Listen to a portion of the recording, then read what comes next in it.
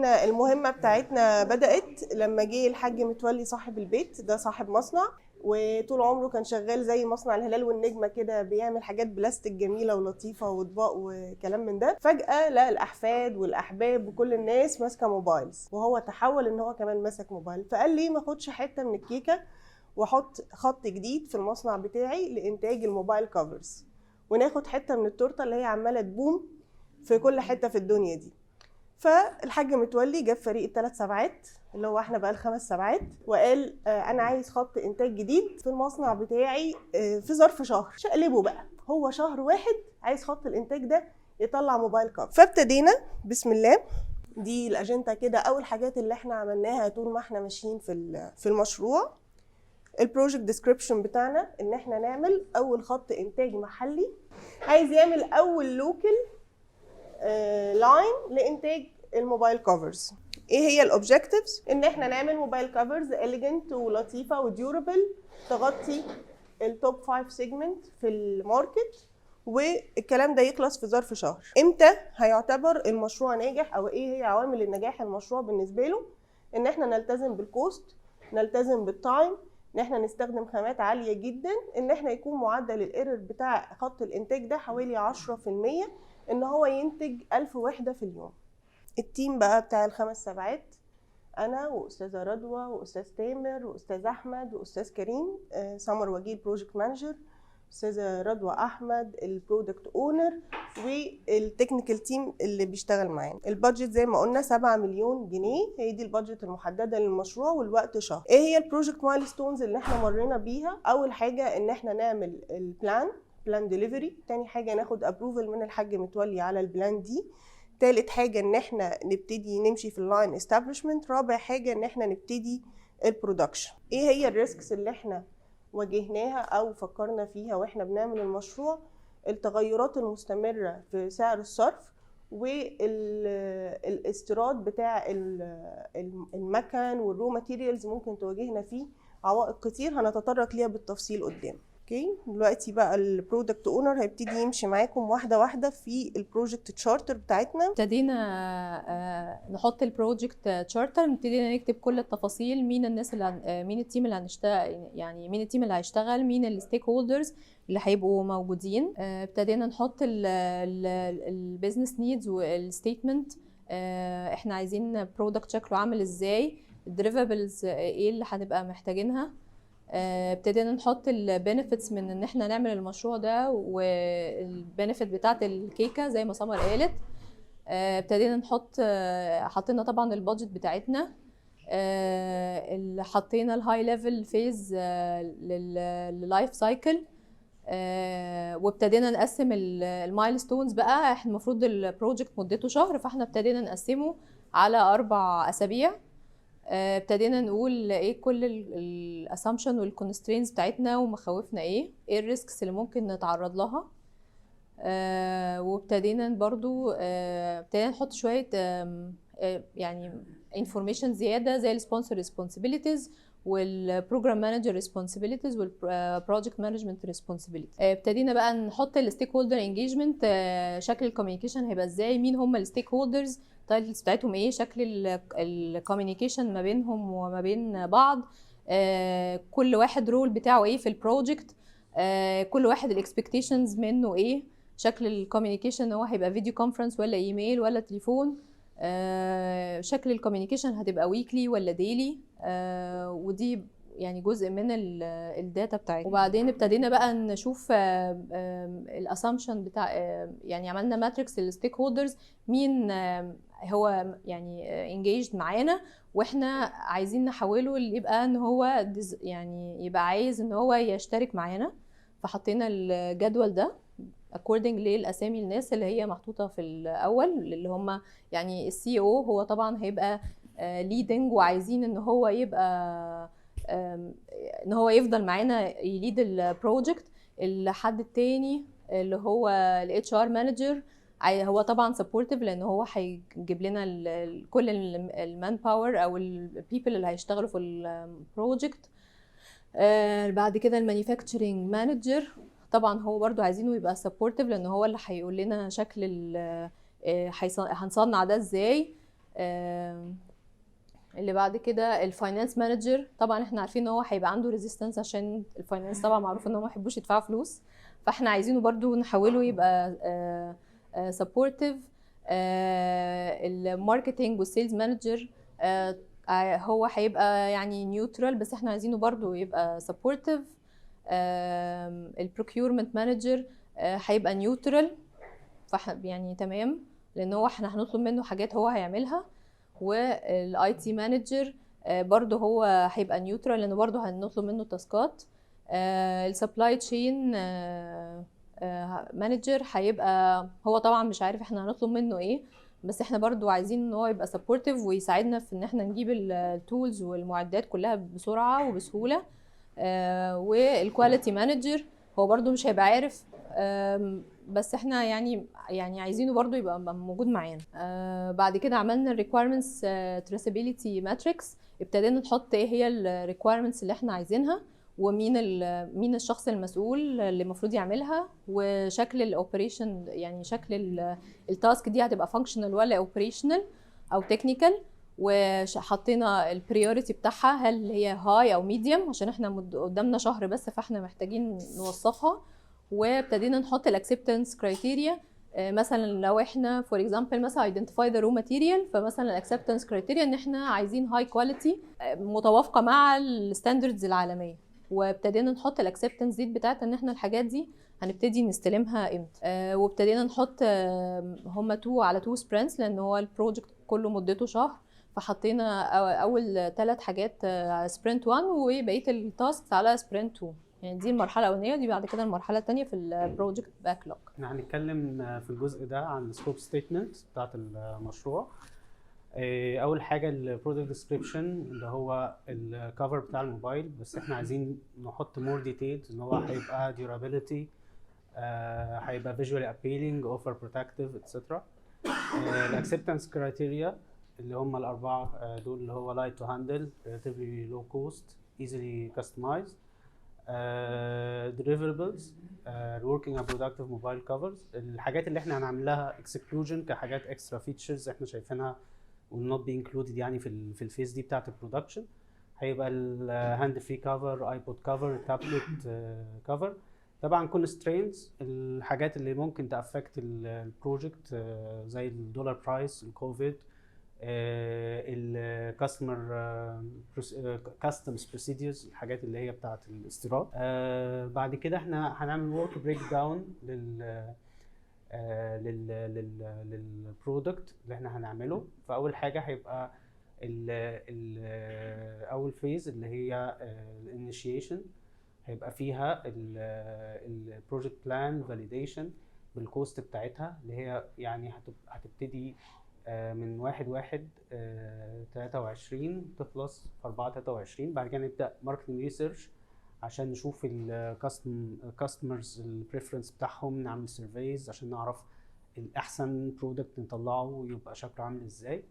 وبعد كده نبتدي في المانيفاكتشر الفيز بعد كده، ثم الديزاين. والديزاين احنا هنبتدي طبعا ببروتوتايب، مش هنعمل حاجه يعني تبقى ماس برودكشن عشان ما نخسرش، فهنعمل بروتوتايب الاول، وبعد كده لو ابروفد نبتدي نشتغل على البرودكشن لاين.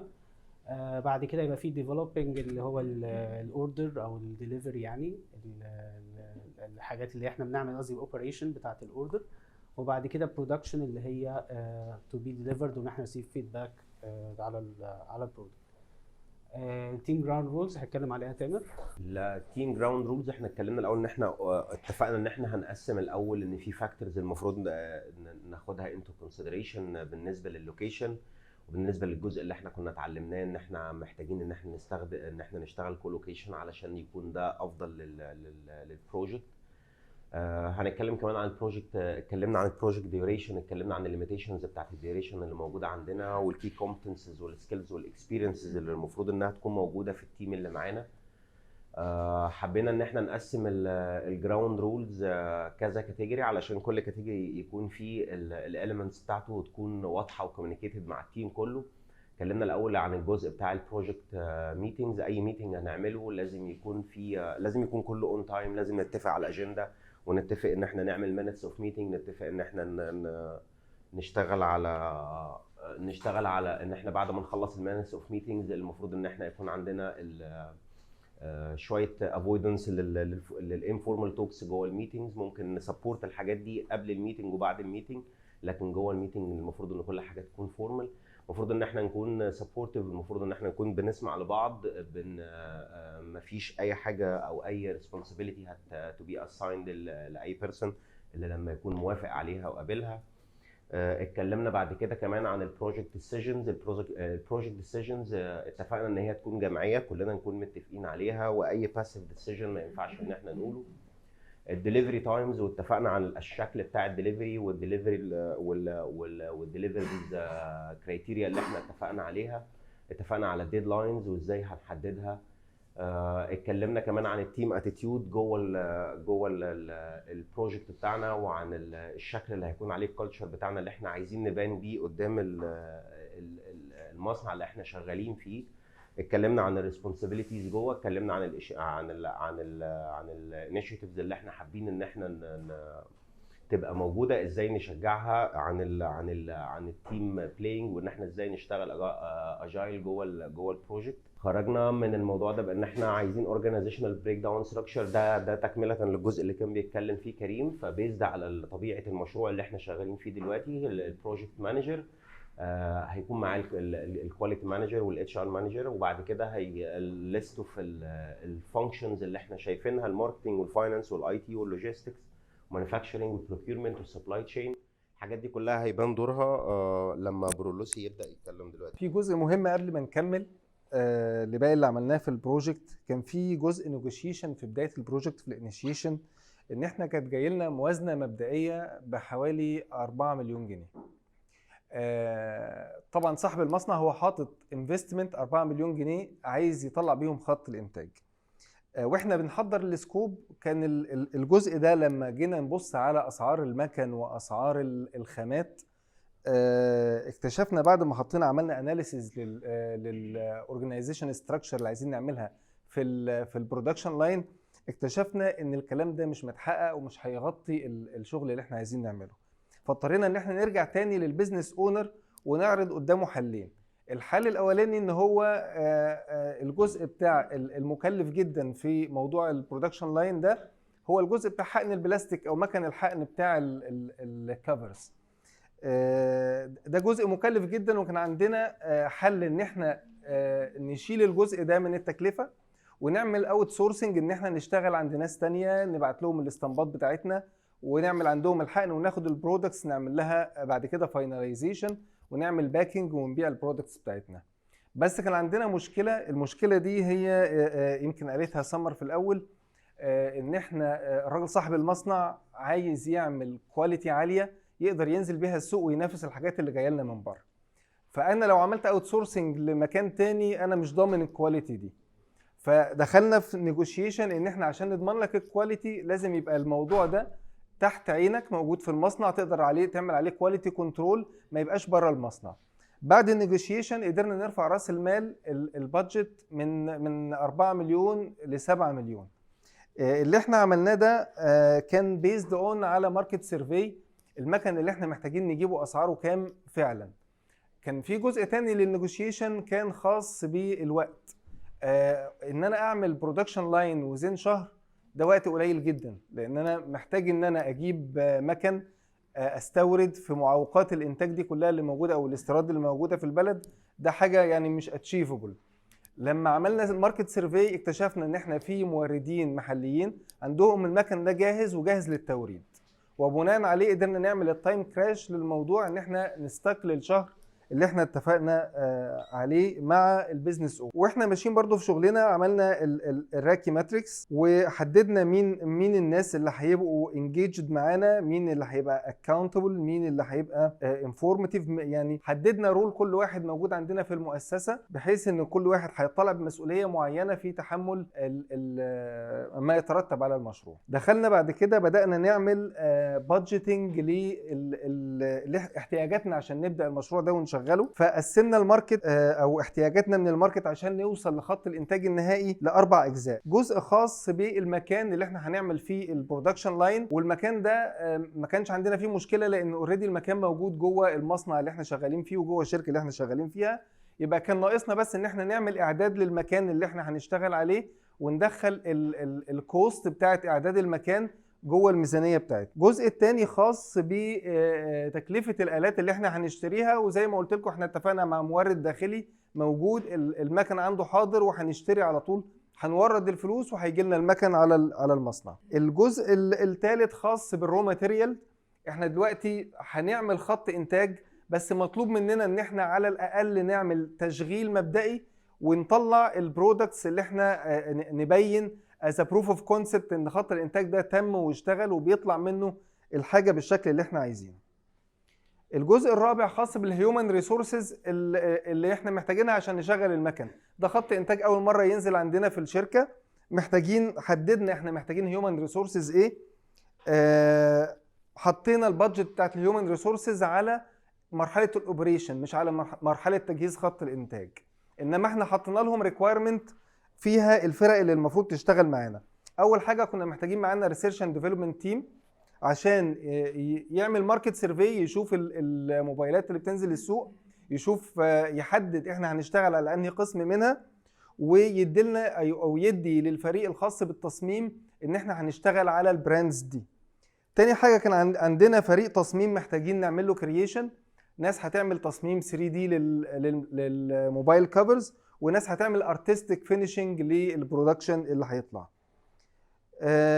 في ناس هتشتغل على البروتوتايبنج، اي حاجه بتتعمل بيتعمل لها ديزاين، محتاجين نعمل بروتوتايبنج قبل ما نخش لمرحله الماس برودكشن، لان البروتوتايبنج ده هو اللي هيوريني البرودكت ده فيت عندي ولا مش فيت، فهبدا اشتغل عليه او اعدل فيه لغايه ما اوصل لمرحله الانتاج الفعلي. في جزء خاص بالديورابيليتي خاص بالتيست، فانا هعمل فريق تيستنج، هجيب ماشينري للتيستنج عشان يقدر يتست الماتيريالز اللي طالعه. وفي ناس هتشغل وهتصين المكن اللي طالع.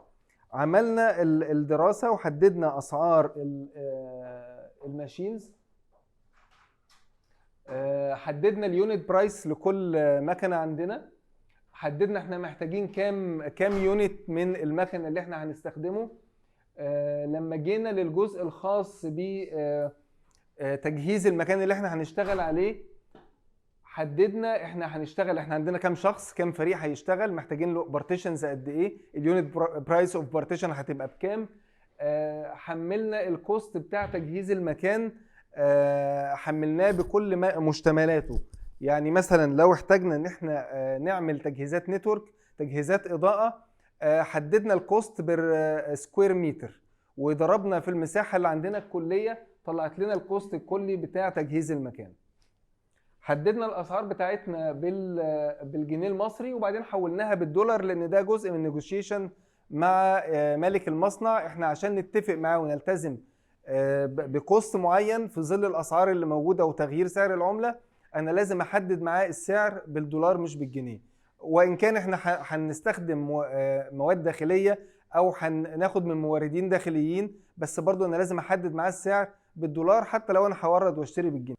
عملنا تايم بلاننج، حددنا الاكتيفيتيز اللي احنا محتاجين نخلصها، قسمناها ل3 مايلستون. المايلستون الاولاني كان ان احنا نجهز المكان، نعمل البياضات، نعمل الفلورنج بتاع المكان بحيث ان هو يكون مناسب للصناعه، نحط الاضاءه، نعمل الانفراستراكشر الاي تي انفراستراكشر. ويمكن ده بيز على التشارت، الجانت تشارت ورانا ان الجزء بتاع تجهيز المكان هو اللي هياخد الوقت الاكبر، لان احنا زي ما قلت لكم وصلنا ان احنا عارفين الموردين اللي احنا هناخد منهم المكانات بتاعتنا هتيجي امتى، هنورد امتى الفلوس وهناخد امتى المكان. فكان الكريتيكال باس بتاعنا كله على تجهيز المكان اللي هو الجزء اللي فوق. بعد كده اتفقنا مع اداره الريكروتنج عندنا ان احنا ادينا لهم الشغل اللي عملناه في تحديد الفرق اللي احنا عايزين نبنيها ومؤهلات كل واحد فيهم والكومبيتنسز الخاصه بيه، وبداوا يشتغلوا عليها ان هم يعملوا اعلانات وظيفيه على ما احنا نخلص توريد المكن وتجهيز المكان.